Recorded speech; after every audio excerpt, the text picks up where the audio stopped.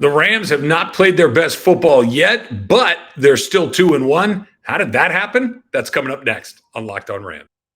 You are Locked On Rams, your daily Los Angeles Rams podcast. Part of the Locked On Podcast Network, your team every day.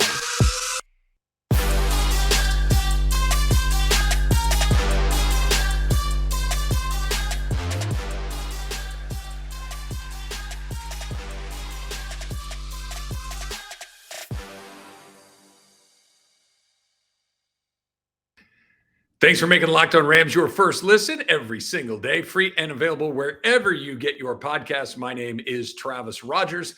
Not only do I host the Locked On Rams pod, but I'm also the host of the Rams pre, half, and post-game shows on their flagship station, ESPN 710. Thanks for making us a part of what you do.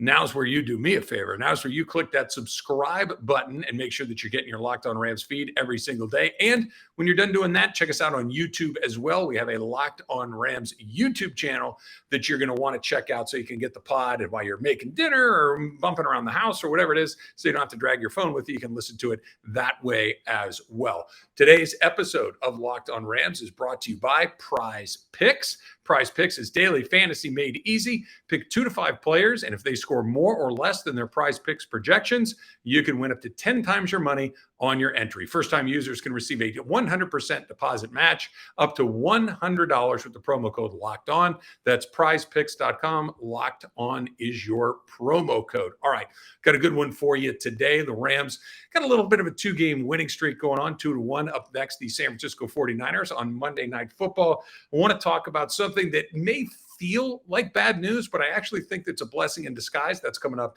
in just a couple of minutes. I want to talk about the game, or I should say a play that turned the Arizona game on a dime like that. The Rams were in control of the game for most of the day, but there was a moment where Arizona was making a little bit of headway. The Rams offense had stalled just a bit, and then boom, it changed just like that. We'll break that play down. We'll get Sean McVay's thoughts on it as well. That also is just a few minutes away, but let's start right here. Let's start with this. The Rams are 2-1, and so far their play has been, what would you call it? Mediocre, average, less than that, bad. I think that depending on which game we're talking about, all of those things would be fairly accurate. Start to list the things that have gone right. Okay, let's just say that after 3 games, what has been really, really good with the Rams as far as just personnel goes and guys that are playing at the level that you would expect? Basically, it's Aaron Donald and Cooper Kupp. That's your list. That's the list of guys that have performed to expectations, and maybe even a little bit above and beyond. Aaron Donald always seems to exceed expectations, and I think he's doing it again this year. Cooper Kupp as well. That's kind of it. Maybe you could throw Bobby Wagner in there, and he's been good, but has he been what you're expecting? I would think the answer to that is probably no. Now let's talk about what has not gone well. Matthew Stafford has more interceptions than touchdowns. He does not seem to be in any sort of rhythm or any sort of sync with Allen Robinson. Allen Robinson is another thing that you would put into the category of things that have not gone as planned to this point in the season. Allen Robinson has been, quite frankly, practically a non-factor in the Rams offense through the first 3 weeks. I know he's caught a touchdown. I know that he's slightly more involved than he was at the beginning. But if I would have told you that Allen Robinson had 1 touchdown and less than double-digit catches on the season after 3 games, you would have thought that he wasn't playing. You would have thought that he got hurt early and that it just wasn't happening. You wouldn't have thought, oh, no, he's out there playing every snap. He's out there healthy and ready to go. They're just not throwing him the ball. And when they do, he's dropping it and it's not happening. That's been a huge part of what's going on. Okay, so let's put that in there. The running back situation is a complete mystery. Cam Akers is in the doghouse until he's not, and then he fumbles and he's back in, and then he's out again, and the whole thing is just completely discombobulating.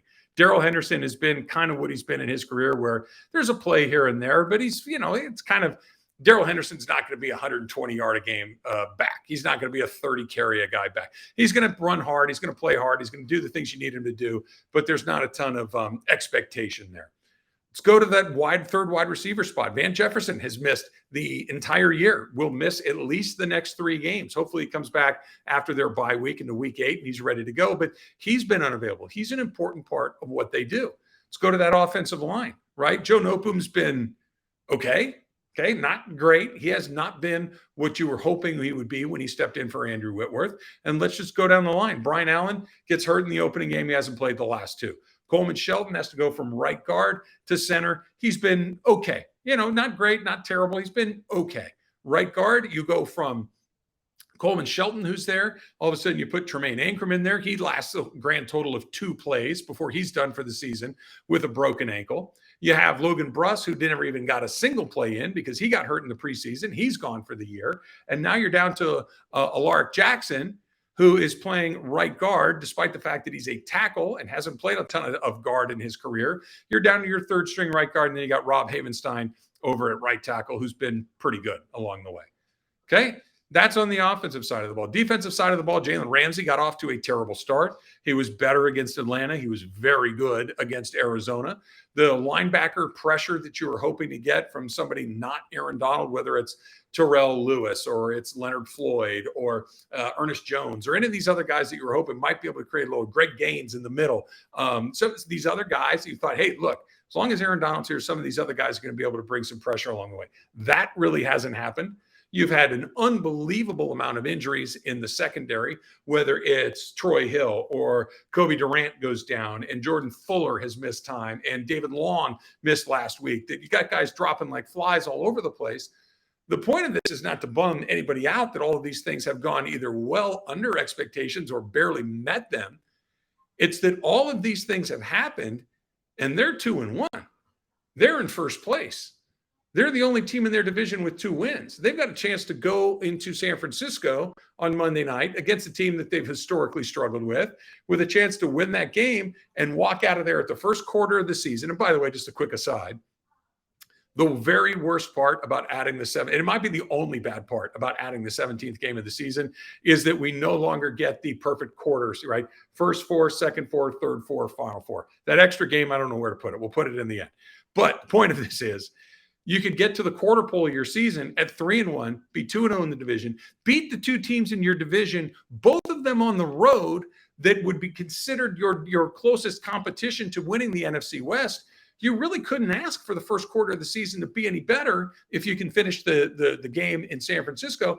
And that's with all of these things going wrong.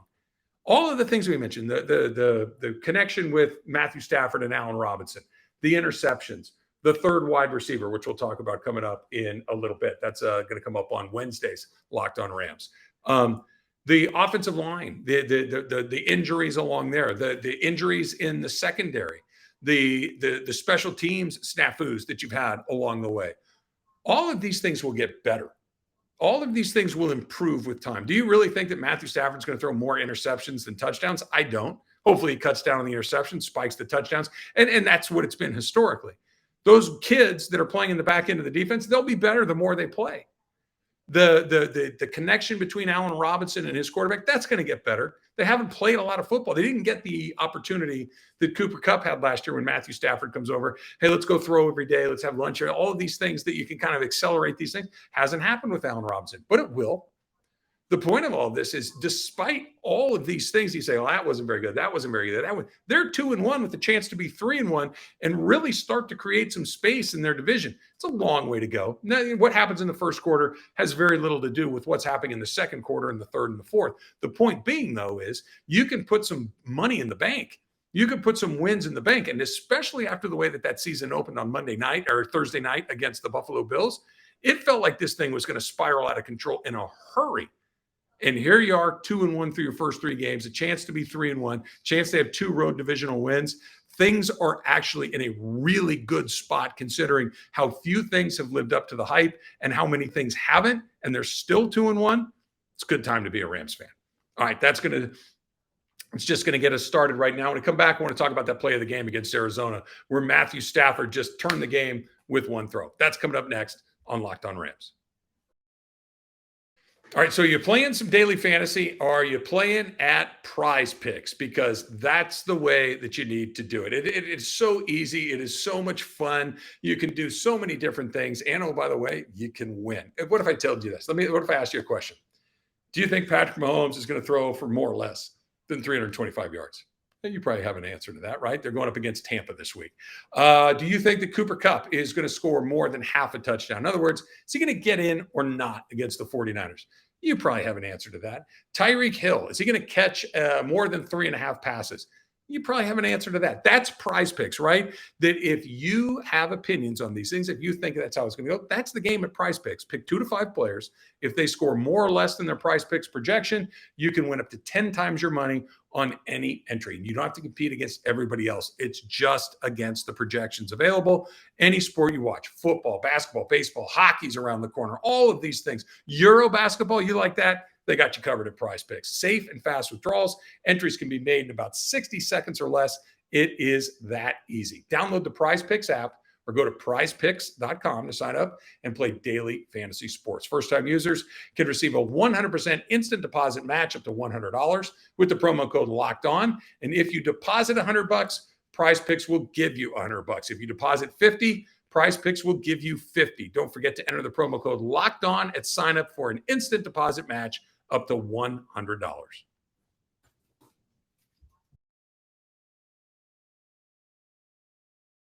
All right, so football games are very rarely like some other, baseball in particular, where a guy hits a home run and you're like, okay, great, that won the game and broke it open, or some guy goes out there, pitches and throws a 3-hitter, and okay, he won the game for his team.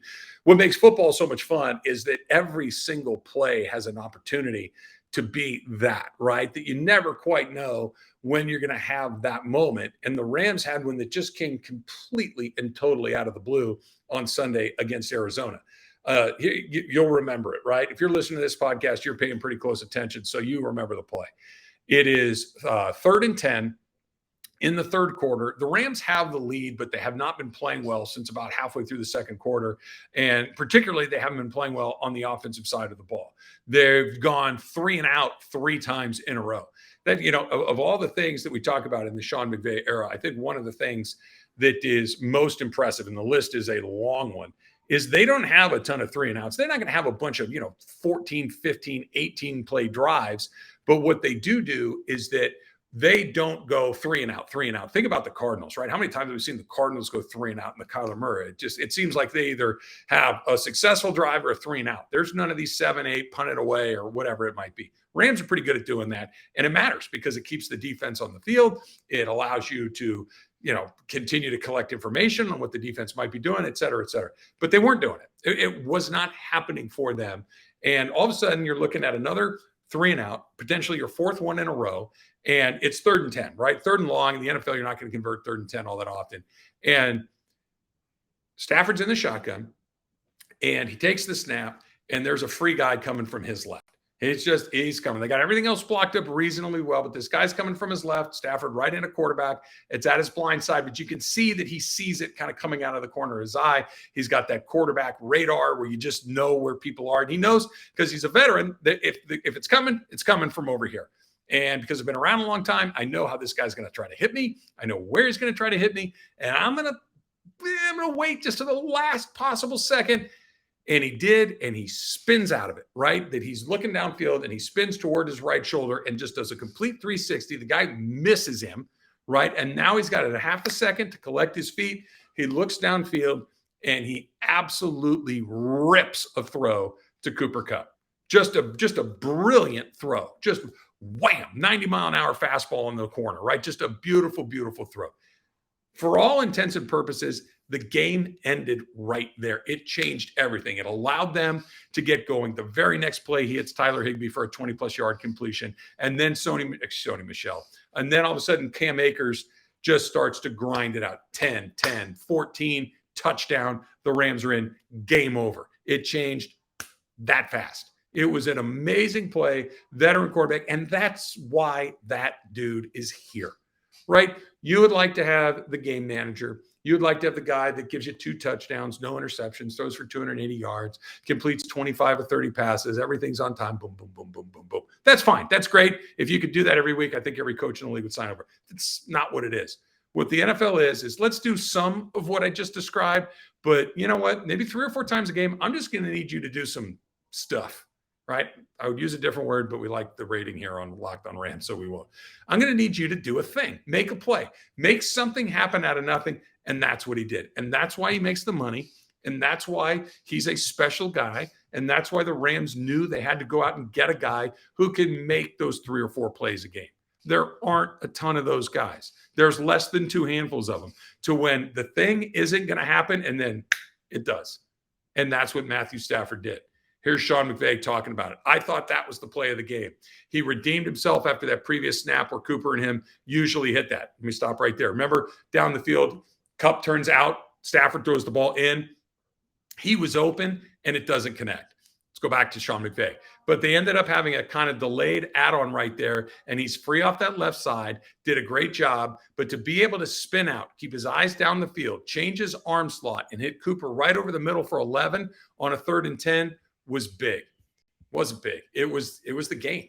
The game was never in jeopardy after that. Now, this game was kind of weird. It never really felt like it was in jeopardy to begin with. The Rams were in control of it, but it did feel like the momentum was sliding from way on the Rams side to kind of back in the middle, and another 3 and out there. If the Cardinals could ever figure out how to get in the end zone instead of kick field goals, it would have been a different situation. But he made the play, which led to the next play, which led to Cam Akers getting in the end zone for a 14-yard touchdown run and basically put the game out of reach at that point.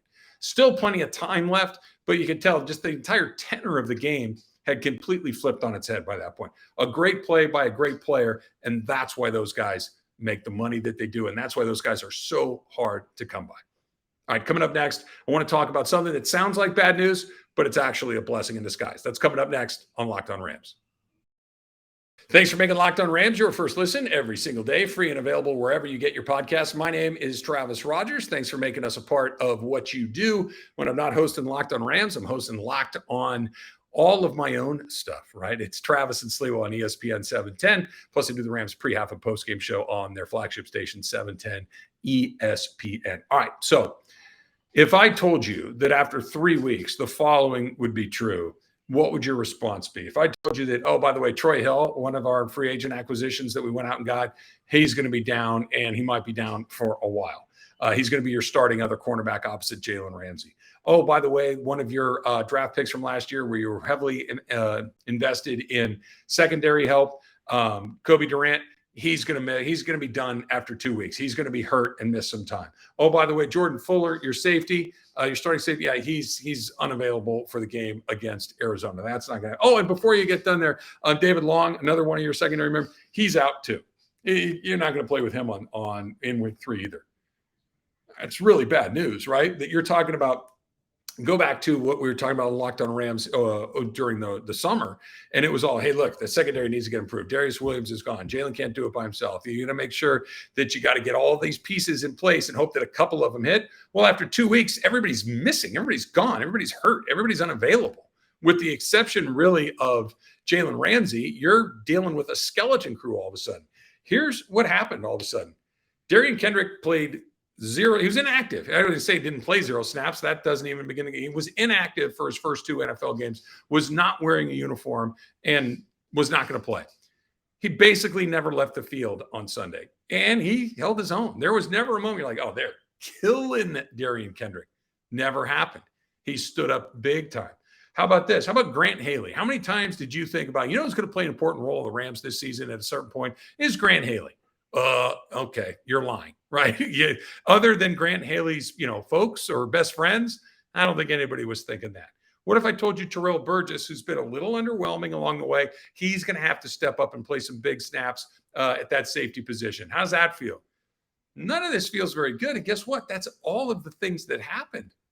Everything that I just mentioned is what happened on Sunday afternoon in Phoenix. And while it's bad news that guys are getting hurt, it's also life in the NFL. It's also something that every team is going to have to deal with. And here's the really good news, the silver lining, if you will. Those guys are going to play more. Those guys are going to play more in games that are very, very important. Those guys might end up playing in playoff games. Those guys might end up playing in games that determine whether you're the division champion or not. Those guys might end up playing in the Super Bowl. And before, Let me ask you, what did that team look like out on the field in the Super Bowl a few months ago back in February? You think Ben Skoranek was going to get a bunch of important minutes? You think Bryson Hopkins was going to get big plays at big moments in the Super Bowl? Nope. Guess who did? Those dudes. Robert Rochelle in the Super. Yep. All of these guys that you don't think are going to be impactful players. And maybe they don't even have to be all pros. They don't have to have pick sixes and score touchdowns and all these things. They just need to be able to go out there for a week or two, or maybe a little longer, and survive and be NFL competent, to be a guy that's not the weakest link in the chain so you can't exploit it and pick on him and go at him over and over and over again. And so when it comes to be week 12 and you're going up against the Kansas City Chiefs and all of a sudden Kobe Durant gets hurt again, or Jalen Ramsey goes down, right? And all of a sudden it's like, you know what? You can put Darian Kendrick out there. You know what? Go ahead and put Grant Haley out there and let's do it. He's done it before. And the more they play, the more confidence they get. The more confidence they get, the better they play. The better they play, the more Rams wins games. This is incredibly beneficial. Now, you can't have guys go down forever. You can't lose a bunch of guys. You can't have Aaron Donald and all these other guys that are super important. They can't miss a ton of time. But when you're talking about your depth, something that the Rams don't have a ton of, and you see them step up the way that the secondary did in that game against Arizona, it should put you in a good mood. It should put you in a good headspace, because that's not something that every team can do. We've seen other teams when they get decimated in one particular area. And by the way, I would be remiss if I didn't throw a Lark Jackson in there too. He's somebody that I don't think anybody thought he was going to be. He's going to be your starting right guard for a while, right? He's going to, until Ryan Allen comes back and Coleman Shelton can slide back over, he's going to have to hold that down, and he did. He's your third stringer. It's a testament to all the players that I've mentioned. It's a testament to the coaching staff. It's a testament to the culture that the Rams have built. All right, that's going to do it for this edition of Locked On Rams. Thanks for making us your first listen every single day. Now make your second listen. The Peacock and Williamson NFL Show. Brian Peacock and former NFL scout Matt Williamson giving you the expert NFL analysis that you need in less than 30 minutes. It's free and available wherever you get your podcasts. Until next time, whose house? It's Locked On Rams house.